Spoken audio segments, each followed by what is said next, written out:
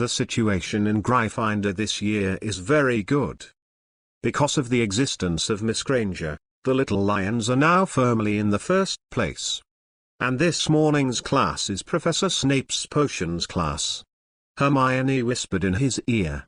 There are 2 more chapters in the evening, Death. Chapter 215, Snape is completely crazy. Hearing Miss Hermione's whisper in his ear, Ron suddenly realized. That's what happened.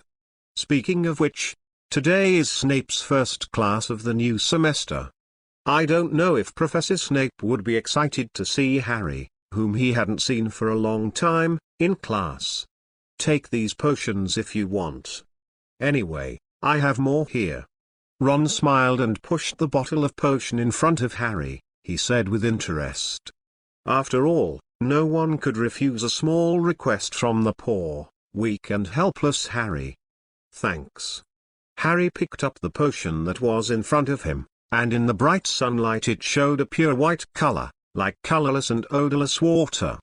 In fact, Nangwu Spring is indeed a kind of spring water. I don't know what kind of expression Lily will have when she sees her, 793, son turned into a daughter after she is resurrected. Thinking of what he was about to do, Ron couldn't help but narrow his eyes. It looks like I have to write to Senior Tom and ask him to go to the Potter's Cemetery ahead of time. I hope to finish it before Valentine's Day this semester. Really looking forward to it. Looking forward to Professor Snape's expression when he received the Valentine's Day gift from him. Ron's mouth gradually raised, revealing a smile. You're drinking chocolate milk again. At this time, Miss Hermione cast a restoration spell on the cup of black tea, revealing her original appearance in the blink of an eye. You still use the confusion charm? The little witch really didn't expect her boyfriend to have this trick. Just now, she felt that this cup of black tea had an unpleasant chocolate taste. Turns out, it was a confusion charm. Cough. Just have a drink once in a while. Ron looked at the chocolate milk that was taken away and shrugged helplessly. Found out. The potions class is always in the dark basement, where they have been taking classes for the past 3 years. Pushing open the heavy door, they were the first little wizards who arrived in the classroom. See you after class. Saying goodbye to Harry, who was still struggling, Ron took Hermione and sat near the corner. Basically, the 2 of them have their exclusive seats in the potions classroom here. After all, Snape would only surround Harry. So staying away from Harry in potions class was the most correct choice. Harry, do you want to drink the potion? Ron asked in a low voice while holding his potion book. Drink. Harry looked at his my friend, said with a gritted teeth. Anyway, it's not the first time, it's not a big problem if it changes a few times. That bottle of potion has only been used 0 and countless times. Looking at Harry, who looked up and drank a drop of the mother's fountain in the distance, Ron said softly to Hermione. Would you like to have a drink too? Hermione looked at Harry, who was gradually softening, and asked Ron thoughtfully. Harry can look so good after drinking that bottle of potion. Didn't Ron directly attract the wizards of Hogwarts after drinking it? She now wants to see what Ron looks like after drinking that bottle of potion. She is most likely a big sister with blonde hair and gentleness, right? My little witch, please stop your dangerous thoughts. Ron touched her brown curly hair helplessly. Why does Miss Hermione always want him to drink some strange things, such as love potion, Nang drowning fountain, etc.? As time passed, the dark and empty underground classroom gradually filled with wizards. This class is still Slytherin and Gryffindor together. But Malfoy did not appear in the crowd, and there was only Goyle sitting beside Crabbe. It seems that Malfoy is still treating his mental illness in the school infirmary. Boom! The door slammed open, and a cloud of dust was stirred up under the reflection of the sunlight hidden by the curtains. Snape waved the wand in his hand and walked quickly to the podium with a cold face. Although he lived at Hogwarts for 3 years, After seeing Snape's face, many wizards were still afraid. Like Neville and Harry. Harry Potter? Snape glanced over, and instantly saw a little witch with glasses beside Ron. That's Harry, who turned into Harry after taking Nangwickwen. What happened? His face froze. What happened to your transformation spell again? Snape threw the book directly on the podium, frowning and looking directly at those emerald green eyes. He'd heard Harry say it 5 or 6 times last semester for that reason. Is Professor McGonagall's guiding ability so poor? And human body transformation is not something that a wizard who has just entered the 2nd grade can learn, even the 3rd grade. Now there is only one possibility. Harry Potter, did you do this on purpose in my class? Snape asked in a hoarse voice. Do you think this will prevent you from being deducted in my class? No, Professor, I am just... Harry stood up in a panic, hesitating and not knowing what reason to find. Because what Snape had just said was absolutely right. Looking at this flustered yet familiar face, Snape gritted his teeth. In the end, she could only wave her wide sleeves, turned around and returned to the podium. Now, take out your crucible. I don't want to see any of you make mistakes in this class. Snape's tone was flat and calm, but anyone could tell that he was in a bad mood. It was like the calm before an impending storm. When Harry heard this, he was relieved 5.5. Then she hurriedly sat down and took out her crucible. Today's cooking content is a pot of memory potion, which can make people recall the most profound moments in their hearts. The difficulty of brewing this potion is not too difficult for Ron and Hermione. But for other wizards who haven't learned it, it's simply too difficult. Vincent Crabbe, do you have an orangutan brain? 10 points for Slytherin. Mr. Ron Weasley, do you think it's funny to make potions? What are you laughing at? 5 points from Gryffindor. And Mr. Longbottom, your cauldron has been cracked, and you didn't find it? 10 points from Gryffindor. Killing crazy. Today's Snape is completely killing crazy. Chapter 216, Don't lie to you, I have seen Sky Overlord. Snape's figure was like a dementor, wandering around the classroom. Hermione grabbed the corner of Ron's shirt, for fear that there would be a problem with her crucible and points would be deducted. What happened to Professor Snape today? She asked suspiciously in a low voice. It should be Harley's problem. Ron put a green leaf into the crucible and replied softly. Apart from Harry's face, it is estimated that no one could make Snape's mood so unstable. Well, and Lily is about to be resurrected. Potter, who told you to put the leaves in the recall potion first? Snape's eyes were fixed on Harry in front of him, and his tone was full of indifference. Professor, that's what the book says. Harry took out the potion and pointed it to him. I remember saying it in the first class. In my class, you are not allowed to follow the steps of any textbook. It's based on the steps I tell you, so Mr. Potter, what did you listen to in class? Snape said grimly. Ron, who was sitting next to Harry, was just like his own mouse, Scabbers, shrugging his head and not daring to look at their 22 sides. Just because he laughed Crabbe, he was ruthlessly deducted 10 points. Today's Snape really can't be provoked. Looking at Harry, who lowered his head and dared not answer, Snape took a deep breath. In one breath, he suppressed his complicated emotions. He's Harry, not Lily. Although he always had a correct understanding in his mind, after seeing the aggrieved face, he opened his mouth and still couldn't say the deduction. Can't say it. Put a feather first, and then add hyena leaves, so that the memory potion made in this way can last for a long time. Under Harry's wide eyes, Snape said in a hoarse voice. Remember the steps I said, if there is another time. He didn't say the second half, but turned around and left like a bat. He didn't deduct your points.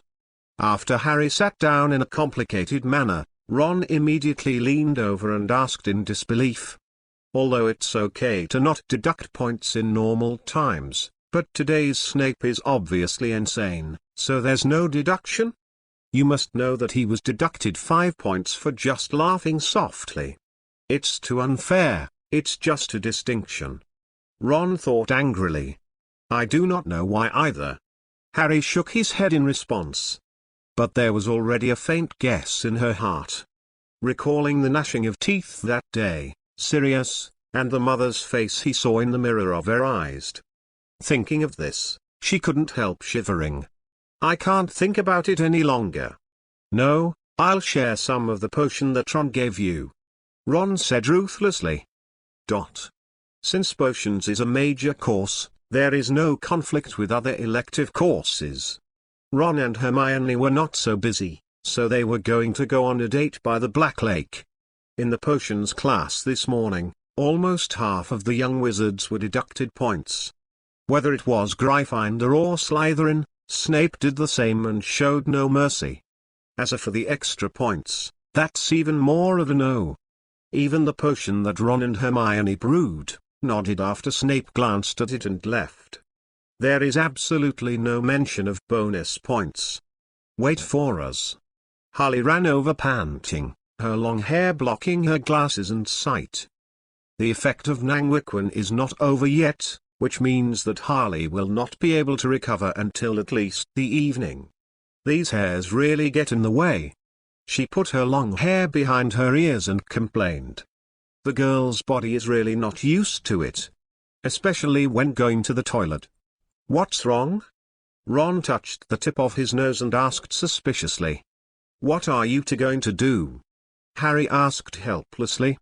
Of course it's a date by the Black Lake. Hermione raised their clasped hands and shrugged. Are you and Ron going too? She glanced at Ron, who was following behind, and joked with a chuckle. Didn't you agree to see Hagrid? Harry selectively ignored the second half of the sentence. He reminded, because of Malfoy, Hagrid has already been found by Headmaster Dumbledore once. Speaking of Hagrid, Ron also remembered what happened last night. Then let's go, we have nothing to do anyway. Miss Granger naturally listened to Ron's arrangement. Anyway, the date by the Black Lake is also to discuss some academic content. It is better to go to Hagrid's cabin to see him. Today's weather is a little gloomy, and there is a light rain like needles floating in the sky, hitting the leaves with a crisp sound. Ron turned his wand into an umbrella and shared it with Miss Hermione. The raindrops hit the top of the umbrella and fell to the ground along the ribs.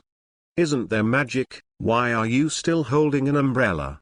Harry cast a protective spell with his wand to keep the rain out. Ron also imitated Harry in a good way. The two followed behind Ron one after the other. You don't understand the romance of rainy days. Ron shook his head and chuckled. Maybe you can try it under the same umbrella as Ron. I don't. Harry quickly shook his head and refused. At Hagrid's hut. After crossing the 793 long blue stone staircase, I finally saw a yard with huge pumpkins. Bang bang. Harry knocked on the shabby wooden door with his hand. With the light creaking, Hagrid looked at the little witch with glasses standing in the rain with some confusion. Are you lost, little witch? It's me, Hagrid. Harry pointed to himself helplessly. I'm Harry Potter. Harry? Hagrid's eyes widened. I remember you didn't see me like this last semester. Oh, I remembered. Please come in. Hagrid suddenly realized. He turned sideways quickly, and let the little wizards who were in the rain enter the hut. Ron turned the umbrella back into a wand and cast a drying spell with the ring. Good noon, Hagrid. He said hello with a chuckle. Hey, what kind of creature is drawn on this piece of paper? A fire dragon. Ron, who was sitting by the fire, looked curiously at a piece of paper on the cabinet. Above is a huge creature drawn with a quill pen. Fire dragon? No, it's much bigger than a fire dragon. Don't lie to you, I have seen the Overlord of the Sky during my vacation. It is a golden dragon. Hagrid said proudly. Ask for flowers, ask for votes, Squat and Squat. Chapter 217, Harry, Malfoy, please date me. The Overlord of the Sky. Ron stared blankly at the portrait in his hand. The above dragon-like creatures are vividly painted with superb techniques. The huge body swoops under the clouds, and the scales are shining, which looks very oppressive. It's hard to imagine this was actually drawn by Hagrid. Hagrid, did you really draw this? Harry also leaned over, her emerald green eyes flashed with shock. Why didn't she know that Hagrid was capable of this? That's right, I drew it according to the figure I saw that day. Speaking of this matter, Hagrid's originally depressed mood immediately became agitated. It was really hard for him to forget the golden dragon he saw in the sky that day. So beautiful and very oppressive. Compared with it, the fire dragon is simply an underdeveloped cub. What creature? Hermione also glanced curiously, and she was stunned the moment she got the piece of paper. This giant dragon. Why does it look familiar? She looked at the piece of paper in front of her, then turned to look at Ron, who was sitting at the table drinking hot coffee. Hagrid, where did you see this golden dragon? Hermione handed the piece of paper to Ron and asked Hagrid in a complicated tone. In the Forbidden Forest on vacation, I was about to feed the hippogriff at that time, but as soon as I looked up, I saw a golden dragon swooping down in the distance. Hagrid, draped in a huge mole hide, said excitedly, recalling that scene. Definitely the animagus of his little boyfriend. When Hermione heard about the holiday, she completely confirmed the identity of the dragon. Because at that time she was sitting on top of the dragon, watching the sunset in the sea of clouds. That is definitely an undocumented dragon species. I also told Headmaster Dumbledore at the time, but by the time we arrived, the giant dragon had long since disappeared. Hagrid sighed regretfully. If only I could catch it at that time. Ron took a sip of coffee when he heard this. Fortunately, he and Hermione went back earlier. Hagrid, what did Headmaster Dumbledore talk to you yesterday? Seeing Hagrid's regretful appearance, Hermione hurriedly changed the subject to the formality. Headmaster Dumbledore. Hearing the little witch's question, Hagrid sighed in frustration. I may be the fastest professor ever fired. The matter of Draco's injury has been told to the Ministry of Magic by Lucius, and Headmaster Dumbledore said that they will come to investigate in the next few days. So, the Fantastic Creatures Protection course will be temporarily suspended for a period of time. Hearing this, Harry couldn't help but say, but Malfoy is not injured. He just pretended it. The point is, Buckbeak did attack Malfoy. Ron said helplessly from the side. Maybe you can prove that he wasn't injured. Looking at Harry wearing glasses, Ron made a proposal. How am I? Isn't that bad? Harry was stunned for a moment, then knew what Ron was referring to. Thinking of this, she hesitated. Malfoy didn't know you were Harry because he was still lying in the infirmary in potions class today. Hermione reminded softly. Then let me try. Harry pondered for a while and said. What are you guys talking about? Hagrid touched his head and questioned in a muffled voice. How could he not understand? The pinpoint light train was still falling outside, and the ground was a little muddy. After having a lunch at Hagrid's, Ron and the others left the hut. As the umbrella opened, Hermione hugged his arm naturally. And Harry and Ron are still using spells to shelter from the rain. In their opinion, umbrellas still don't have the convenience of magic spells. Then I'll go to the school doctor's office in the afternoon. Thinking of the negotiated plan, Harry suppressed the nausea in his heart and said. Hermione and I have a rune class in the afternoon, so I won't go with you two. Ron, who was holding an umbrella in front, said. Is that so? Harry looked at Ron subconsciously. I don't know if the two of them can do it. Don't worry, as long as you can prove that he wasn't injured, Headmaster Dumbledore will settle everything later. Ron comforted Harry. Dumbledore certainly didn't want Hagrid to quit the Fantastic Creatures course, which was a high-risk profession after all. Second only to the Defense Against the Dark Arts class. After they got to the main building of Hogwarts, they parted. Ron and Hermione still have electives to take, while Harry and Ron are going to the school infirmary to visit Malfoy, who is pretending to be sick. Come on, here are your books and notes. Ron sat in the classroom seat. He took out 2 books and a notebook from the chenille space, and placed them on the table of the two. You said why Malfoy hasn't discovered Harry's identity yet? Hermione, who took the notebook, asked inexplicably. She sends now. Since last semester, Malfoy and Harry have taken potions class 3 or 4 times, and the other party didn't realize that Harry disappeared, and instead was replaced by a Harry. Maybe love can blind people. Ron touched the tip of his nose and gave a vague answer. He is also very puzzled about this question, but at present it seems that there is only such a reliable explanation. Jean Watsow, after all, Malfoy always chanted Harley's name in his dreams. Thinking of the last time he performed Dimension on Malfoy, the Harry's head full of him made him shudder. Maybe this is love. When they were having class here, Harry also walked into the school medical room with an uneasy mood. There were not many little wizards in the school medical room, and there was only a pale blonde Malfoy lying on their hospital bed. Looking at that disgusting face, Harry kept thinking in his heart. It's all for Hagrid. Yes, that's right. It's all to help Hagrid. Malfoy, can you go on a date with me? With a sense of disgust, Harry, who walked to the bedside, gritted his teeth and said it directly.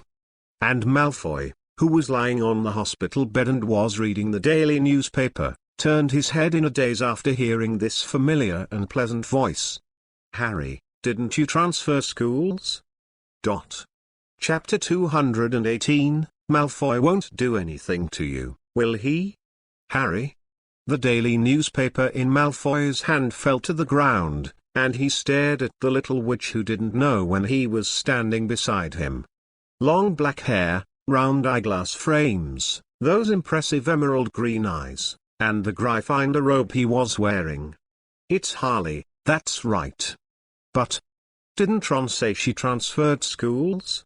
And did she just mention the word dating? Didn't you transfer to Boggart Buttons?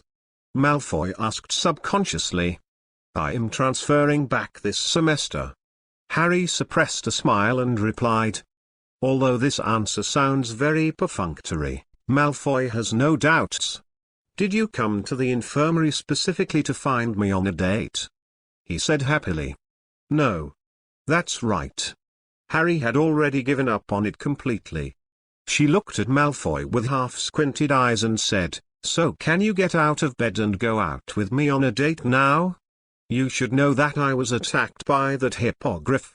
Malfoy's expression was a little hesitant, but he knew that his father had also hired someone from the Ministry of Magic to investigate Hagrid. If he got out of bed in 797 and was seen at this time, wouldn't it mean that he didn't suffer any harm? Seeing Malfoy's hesitant expression, Harry clenched his fists tightly. Still wearing it now. So are you not going to go to the Black Lake with me? Harry remembered where Ron and the others often went, and then asked Malfoy. After taking Ninshiken, the whole person's characteristics will change to female. So Harry's voice sounded very pleasant. On the edge of the Black Lake? Malfoy stared at the witch standing beside him, feeling a little moved. He could already imagine himself holding Harry's hand and strolling along the edge of Sandhill Lake like the other little lovers. Row. Wait for me to change clothes first. Malfoy hesitated for a while, then nodded in agreement. Now is a good opportunity to attack Harley. You must know that he felt very regretful because of the other school's transfer last semester. The opportunity is now, and Malfoy has to seize it. After a while, Ron, who was standing at the door watching, suddenly showed a hellish expression. He opened his mouth slightly, and looked at the school medical room with dull eyes. I saw that Malfoy, who was wearing a hood, had already held Harry's little hand. What happened to these two people? Why did they suddenly hold hands? I don't know why, but for a while, Ron felt a little envious in his heart. Damn it, what the hell am I envious of? Looking at Harry and Malfoy who were ready, Ron hurried to a corner. All he has to do now is to let Headmaster Dumbledore see this scene. Miss Granger's answer was correct, so Gryffindor added 10 points. I like smart little wizards. Professor Babrin praised Hermione with a smile on his face. After 2 more classes, the little wizard who impressed her the most was the little couple sitting in the corner. Especially the little wizard with blonde hair, he seems to be able to handle any problem with ease. Even the high-level alchemy knowledge that gave her a headache, Ron was able to answer it in the most perfect way. Mr. Geralt, you will definitely become a great alchemist like Nick Mailer. This is Professor Bablin's highest evaluation on this course. Thank you, Professor Babrin. Ron thanked him with a chuckle. Nick Mailer is definitely the highest pursuit of all alchemists in this century. To receive such a high evaluation, it is obvious that Professor Babrin expects him.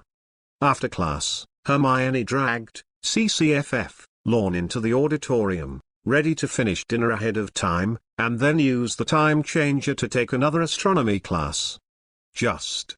How did he la? Hermione looked curiously at Harry, who was lying on the table, eyes blank. Her emerald green eyes lost all their highlights, as if the world had collapsed. I don't know either. When asked, Ron shook his head with a complicated expression. I was just taking Headmaster Dumbledore to Blacklake to expose Malfoy, and I saw Harry like this. Ron wasn't telling the truth. Miss Hermione guessed it by looking at Ron's expression. After all, he was always someone who liked to put his emotions on his face. So, what is he hiding? Malfoy didn't do anything to you, did he? Ron propped his cheeks and asked with half-squinted eyes. No. Speaking of Malfoy, Harry clenched his fists and turned sideways. It seemed that Malfoy had indeed done something. In this silent environment, after a brief dinner, the two looked at each other and left the auditorium. Let's go back and have a look. Hermione put the time turner hanging around her pure white neck and gently wrapped it around the necks of the two of them. You're not going to another class this afternoon? Ron asked with a light smile, touching her curly hair. Rather than astronomy class, I want to know what happened between them. Hermione raised her head, and the corners of her mouth twitched slightly. I didn't expect Miss Hermione, who is studious, to be attracted to these things. Ron jokingly. Aren't you curious? Hermione pinched his cheek and asked softly. Of course I'm curious. As Ron's voice fell, Miss Hermione had turned the time switch 3 times. When they opened their eyes again, they were already at noon. I remember Ron saying they were dating by the Black Lake. Hermione, who had a good memory, took out the Marauder's map from her pocket while talking. The names of Harry and Ron shown above are in the school infirmary. In other words, Harry and the others have not officially started their actions yet. Let's go to the Black Lake and wait. Ron said softly. Now this time period happens to be the time when the two of them are in class, so they are not afraid to meet another self in Hogwarts. What did Malfoy do to Harry to make her react so much? Really looking forward to it. Ron raised the corners of his mouth and couldn't help thinking. Chapter 219, Is My First Kiss Gone? The breeze blows the wet green grass, and the air is filled with a fresh smell. The light rain in the sky has stopped at this time. There are also many wizards gathered around the Black Lake, many of them couples. A pleasant smell. Hermione twitched the tip of her nose lightly, and the fresh scent mixed with grassy scent stirred her sense of smell. The breeze blew up the red-bottomed robe on her body, and it brushed past her face very softly. Behind her was the slow Ron. With a pair of light blue eyes smiling, he stared at the lively and lovely little witch in front of him. Speaking of which, Miss Hermione is 15 years old this year. Ming Ming was a proud 11-year-old girl when she first met, but in the blink of an eye, she became the lively and active person she is now. And he would tease him from time to time. "What are you looking at?" Hermione turned around, her brown eyes blinking at Ron. His golden hair is as brilliant as golden threads, and his handsome face is always filled with a gentle smile. "Sure enough, Mr. Geralt is the most handsome." "Looking at dear Miss Granger, of course," Ron replied with a smile. "I can't be watching other witches, can I?" Speaking of other witches, Hermione remembered that quite a few witches had recently sent love letters to her little boyfriend. Thinking of this, she couldn't help but puff out her cheeks. There are always people who want to dig her corners. "What's the matter, like a puffer fish?" Ron patted her bulging cheek with his finger and laughed softly. "I'm thinking about the witches who dug my corners. Didn't I lose all those letters?" Ron was a little dumbfounded when he heard this. He found that Miss Hermione was indeed sensitive in some ways, perhaps called possessive. "I know, but what I didn't expect was that my roommate Lavender would actually send you a letter." Thinking of the roommate who kept rabbits, Hermione complained angrily. Trelawney also made a death prophecy about her rabbit when she was taking a divination class. "I heard that Lavender was so frightened that he was holding his rabbit for several days, for fear that he would die accidentally." "Lavender Brown?" Ron was somewhat impressed. He shook his head and said, "I don't have any interest in them. That. I'm only interested in you, and it's the time of my life." As soon as he finished speaking, the corners of Miss Granger's mouth could not be restrained, and she looked at Ron with a smile in her eyes. Although I had heard this so many times, to Hermione, it was still like Cupid's arrow hitting the heart. After chatting along the way, the two finally stopped at a lawn near the Black Lake. This place has a good view, and there is a big rock behind it to block the back, so as not to let Harry and Malfoy they found out. They have come out. Hermione sat on the green grass under the drying spell, her brown eyes watching the marks on the Marauder's map. The names of Harry Potter and Draco Malfoy have moved outward from the school doctor's office, while Ron Weasley's name has headed towards the headmaster's office. Wait, Cedric and Kujang are also nearby. At this time, Ron saw two familiar names near Black Lake. He stood up and looked into the distance, and soon saw Cedric and the others. I didn't expect the two of them to be here too. I don't know what will happen when Harry meets them. After Ron glanced at it, he sat next to Hermione and looked at the Marauder's map together. Almost 10 minutes later, the figures of Harry and Malfoy walked out of the door and arrived at the edge of the lawn of Black Lake. "I'm coming." Hermione pulled Lalorne's sleeve and reminded softly. "Coming?" Ron turned around and saw the hooded figure pulling Harley at a glance. "That's Malfoy." Although the hood covered his face, there was still some pale blonde hair exposed. He actually held Harry's hand. Hermione opened her eyes wide, and in an instant she noticed something was wrong. "They're here." Ron looked at the figure walking in the distance, and pulled Hermione to lean behind the stone. "And this time? So, you only dated me because I rescued you in the Forbidden Forest last time?" Malfoy asked, looking at Harry frowning beside him. "Yes, that's right."